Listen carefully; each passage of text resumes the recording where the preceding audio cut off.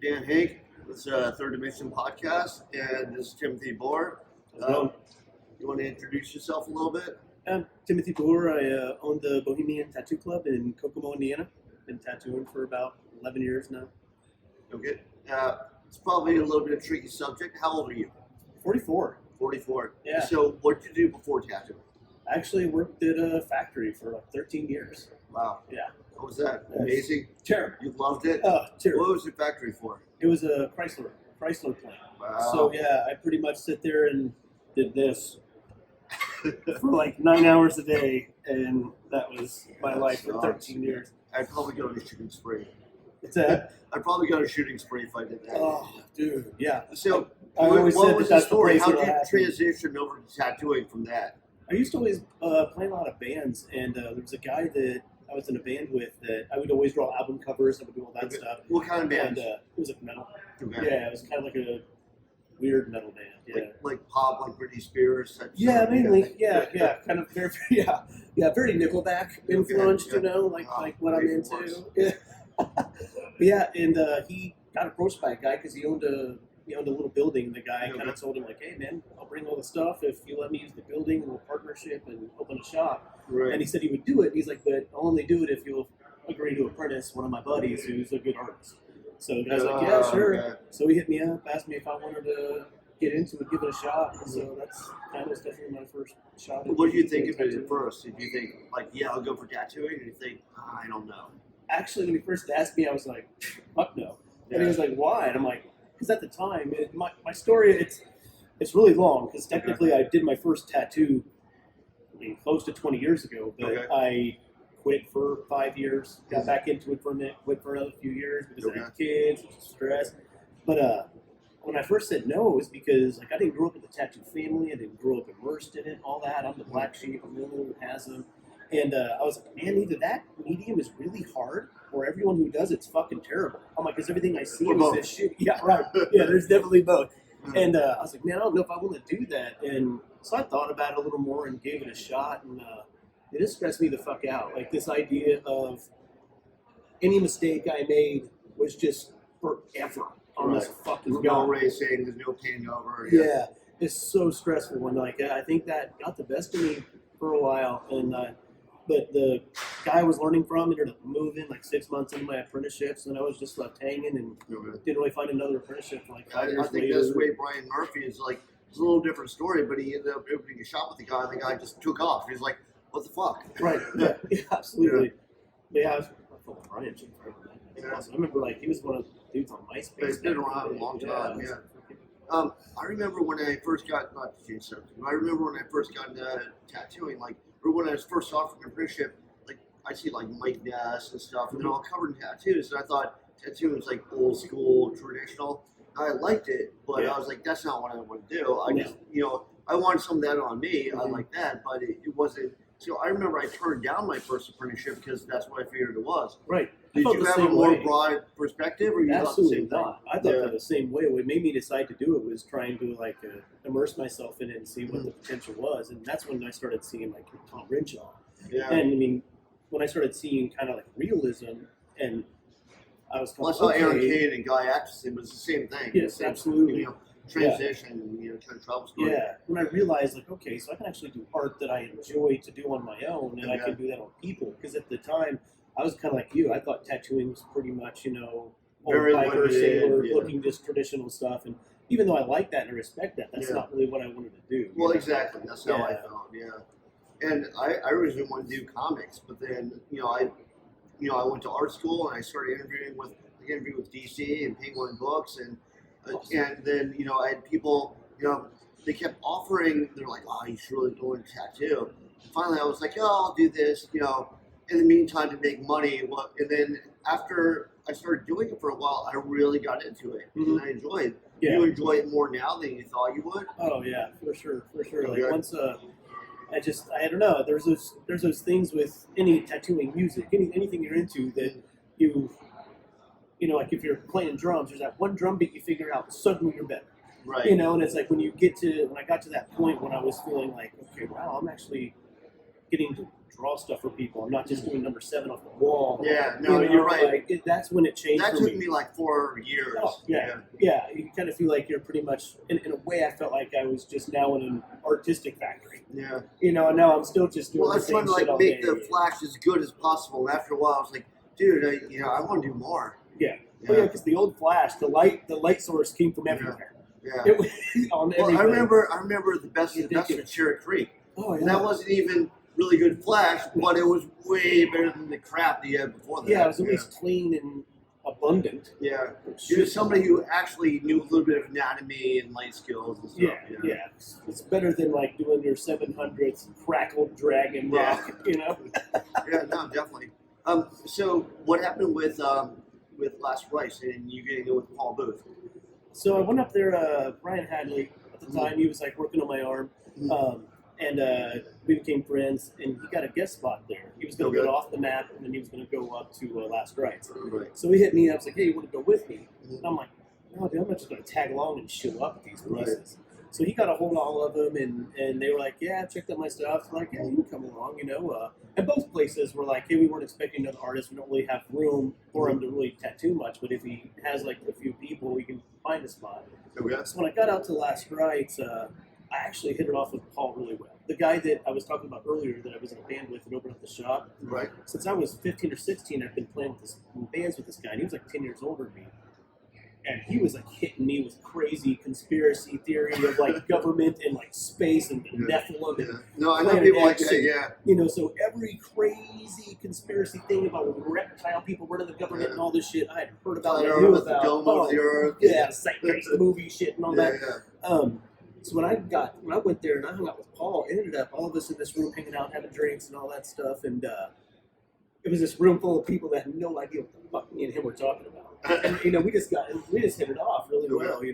We're both into the same shit, and so I hung out there, ended up painting while I was there, and I did a painting that Paul really dug, and I didn't end up tattooing. I just kind of hung out, and like a month later, they put up that they were hiring, and all the guys that I worked with were like, man, you were just there, you should do it. Right. And I was like, fuck that, he ain't gonna hire me, And Right.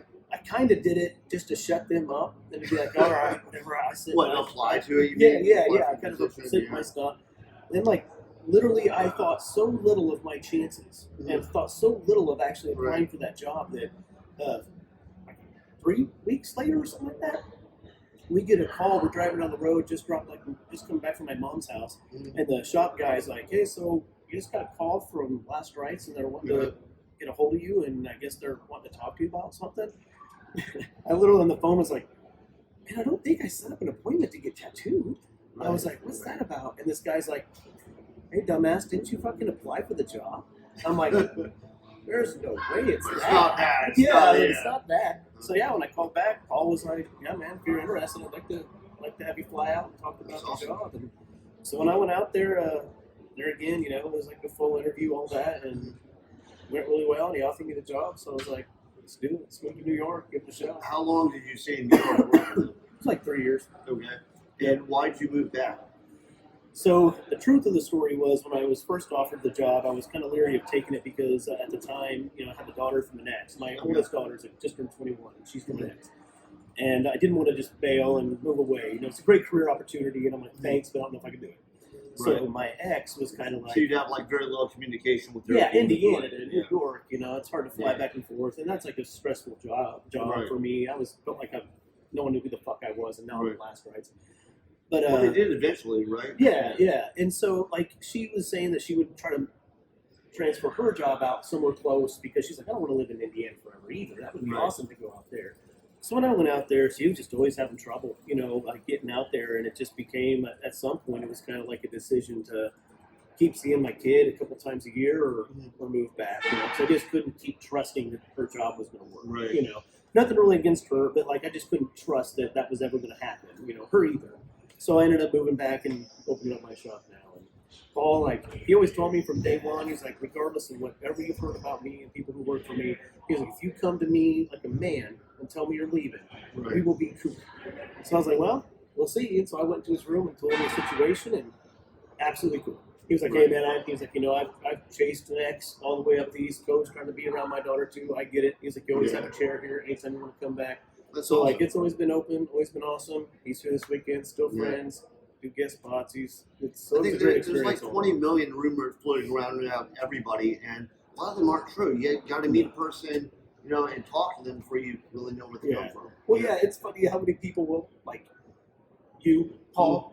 Me, people will be like, "Oh, they're devil worshippers," because they don't think we're religious. And Paul always laugh about that. Like, if I'm an atheist, I don't believe in the devil either. Yeah, well, it's true. Yeah, it's like all the stuff around. My favorite is when you have the Christian protesters at conventions, but that's beside the point. No, but a lot of people think that I'm rude because they won't say hello. But it's like, dude, I can barely hear.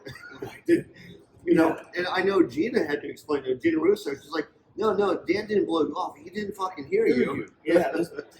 Even if your hearing's great, it sucks in these places with all the music. And then you meet people you meet so many people every year, and they get mad like 8 years later. Like, you don't remember me. It's like you have different haircuts 8 years later. It's how am I going to remember you? Yeah, I don't think they realize it's just like, man, not trying to be a dick, but like over the course of 10 years, I've tattooed 2,000 people or something. I'm sure crazy, it was like the only time that or one of the only times in their life, but not the only time in your life. Right. Yeah, you weren't the first portrait I'd ever tattooed, So. Well, I recently had somebody got mad at me because I didn't remember. I was like, I'm sorry.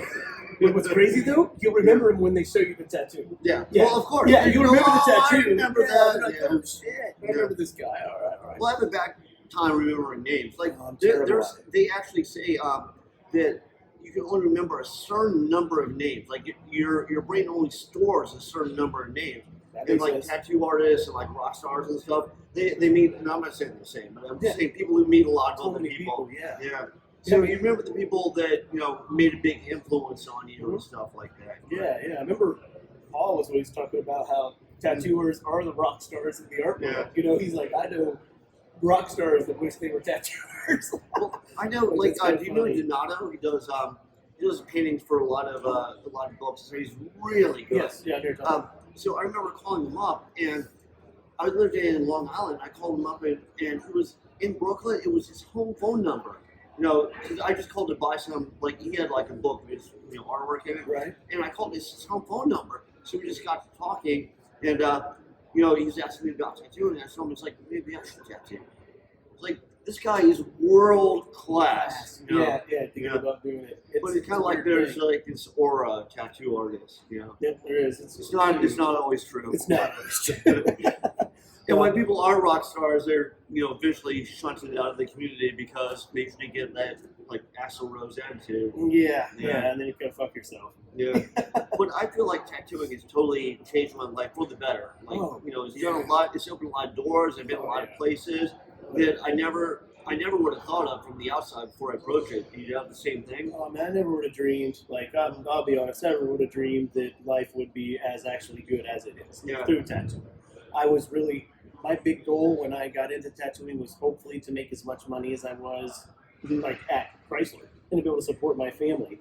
And then like 2 years later to be like, man, I've got to go to Europe. I've got to go to climb up to Machu Picchu because of tattooing. Just one shop. It's a busy, very, very busy shop. Yes, it is. It's surprising because of small town Indiana, but it's because but you have the reputation factory of being a good shop. Yeah, I think it's also because it's all isolated. Farming. Yeah, I remember we had a discussion about that. You said there's no make all this money and they don't have anywhere to go to spend on good artwork except for your shop. Yeah, and there's such a high percentage of jobs that don't care about you being tattooed. Yeah. Like there's when I first went to New York, I felt like I was kind of weirded out because I was walking down, around Manhattan and not really ever being to New York. I just thought all of New York was fucking tattooed. And I'm thinking of like the old New York hardcore scene, and I'm thinking it's the whole fucking city. Yeah, and I'm walking around, like no one has tattoos. And I was like, fucking weird. I walked down the mall at my little town, and like everybody has something.